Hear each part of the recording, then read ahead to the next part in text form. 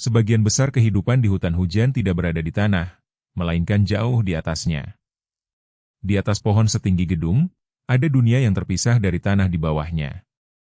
Dunia itu disebut kanopi, atap hidup yang menutupi seluruh hutan. Dari udara, kanopi tampak seperti lautan daun hijau yang bergelombang pelan. Atap ini begitu rapat sehingga cahaya matahari sulit sekali menembus ke bawah. Di bawah kanopi, lantai hutan tampak redup, lembab, dan hampir sepi. Padahal di atas sana, kehidupan berdenyut paling keras dan paling ramai. Kanopi adalah lapisan pertama yang menyambut sinar matahari setiap pagi hari. Daun-daun di sana mengkilap karena terus menangkap cahaya untuk tumbuh. Pohon-pohon raksasa saling berjabat dengan ranting untuk membentuk atap raksasa. Di celah antar mahkota, cahaya menerobos dan membentuk noda terang di atas tanah. Burung-burung terbang bebas di celah itu tanpa pernah turun ke lantai hutan. Dari atas kanopi, kita melihat hutan sebagai permukaan hijau yang tak berujung.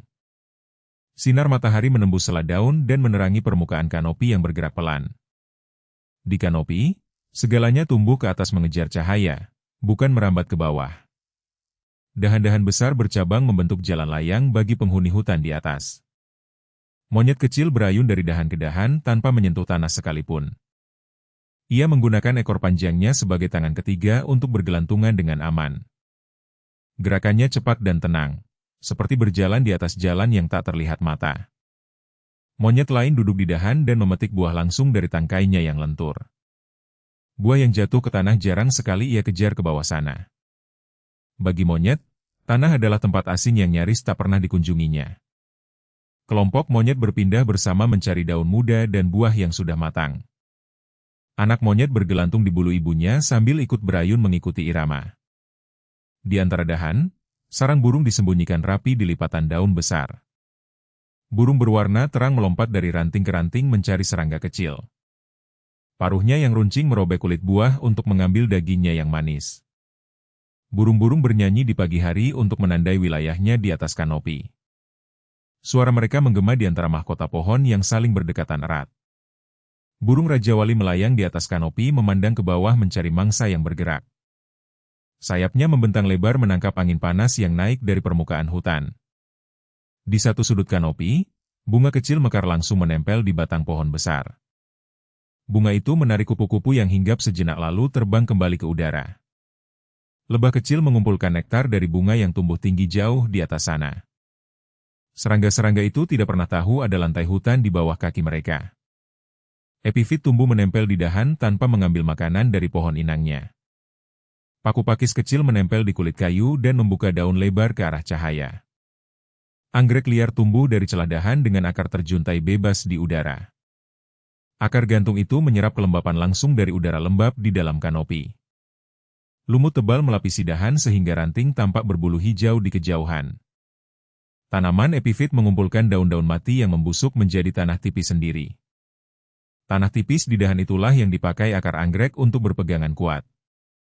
Bromeliad menampung air hujan di roset daunnya seperti sekumpulan mangkuk kecil. Di dalam mangkuk air itu, jentik kecil dan makhluk lainnya hidup tenang. Kata kecil bersembunyi di pangkal daun bromeliad yang selalu lembab dan teduh. Dunia kecil di atas dahan ternyata memiliki kolam sendiri yang tak menyentuh tanah.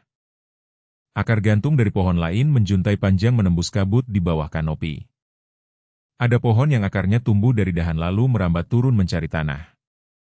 Akar itu membentuk jembatan hidup di udara sebelum akhirnya mencapai lantai hutan. Tanaman pemakan serangga pun ada di kanopi, menjebak serangga kecil dengan daunnya. Daun perangkap itu menutup pelan begitu serangga hinggap di permukaannya yang licin. Di sela epifit, laba-laba membuat jaring tipis yang berkilau saat terkena cahaya. Jaring itu menangkap serangga terbang yang melintas di antara ranting yang rapat. Kadang kabut turun dan menyelimuti kanopi sehingga semua tampak putih dan hening. Saat kabut tebal, burung berhenti bernyanyi dan dunia di atas jadi sunyi. Tapi ketika matahari kembali, kabut mencair dan suara hutan bangun lagi. Sinar matahari menembus daun dan membuat titik-titik cahaya bergerak di kulit pohon. Udara di kanopi terasa lebih hangat dan kering dibanding lantai hutan di bawah. Kelembapan tinggi di sana membuat daun selalu basah oleh embun pagi yang dingin. Air hujan yang jatuh ke atap kanopi terserap dahan sebelum sempat mencapai tanah.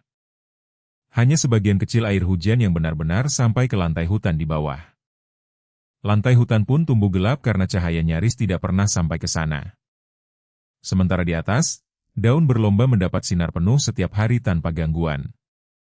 Monyet kembali berayun, kali ini membawa anaknya melintasi celah antar pohon.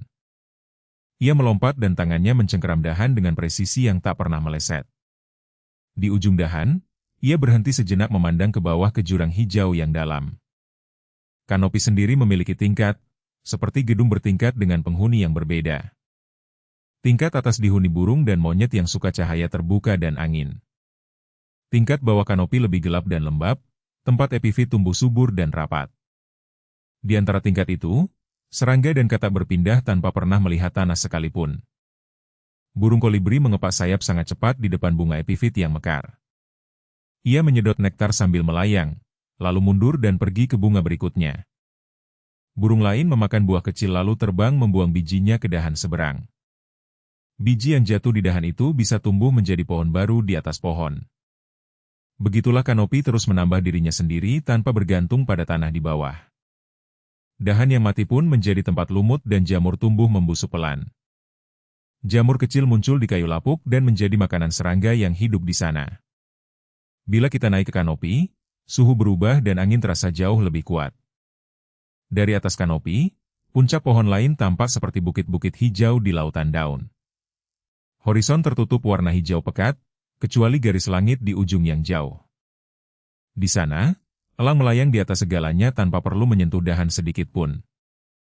Burung-burung kecil justru lebih aman di celah rapat dekat batang pohon utama. Mereka mendarat serentak di satu pohon lalu menghilang ke dalam tumpukan daun. Monyet penghuni kanopi memiliki kuku panjang untuk mencengkeram kulit kayu yang licin. Matanya tajam menangkap gerak serangga di daun sebelum tangannya bergerak cepat. Ia memakan serangga itu lalu lanjut meraih buah yang bergelantung di sampingnya. Makanannya sepenuhnya berasal dari apa yang tumbuh dan hidup di atas sana. Bahkan air minumnya diambil dari genangan di lipatan daun saat hujan turun. Kanopi menyediakan segalanya sehingga tak ada alasan untuk turun ke tanah. Epifit terus bertambah sampai dahan penuh dengan tumbuhan lain di atasnya.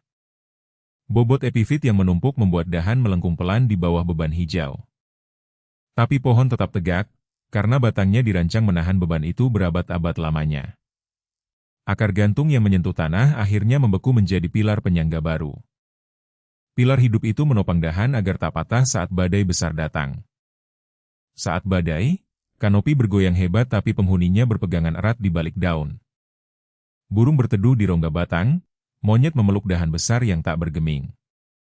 Hujan deras memukul atap daun dan suaranya seperti deru air terjun di atas kepala. Begitu badai reda, matahari keluar dan uap air naik dari setiap permukaan daun. Kabut pagi itu memberi minum pada epifit tanpa perlu hujan turun dari langit. Siklus air di kanopi berjalan sendiri, terpisah dari lantai hutan di bawahnya. Peneliti harus memanjat tinggi hanya untuk melihat dunia yang selama ini tersembunyi. Dari atas, mereka menemukan lebih banyak jenis hidup di satu pohon daripada di sebidang tanah. Setiap pohon besar adalah pulau kecil dengan penduduknya sendiri yang hidup di udara. Pulau-pulau hijau itu saling tersambung oleh dahan sehingga hewan bisa melintas bebas. Jembatan hidup ini membuat kanopi menjadi satu daratan raksasa di atas tanah.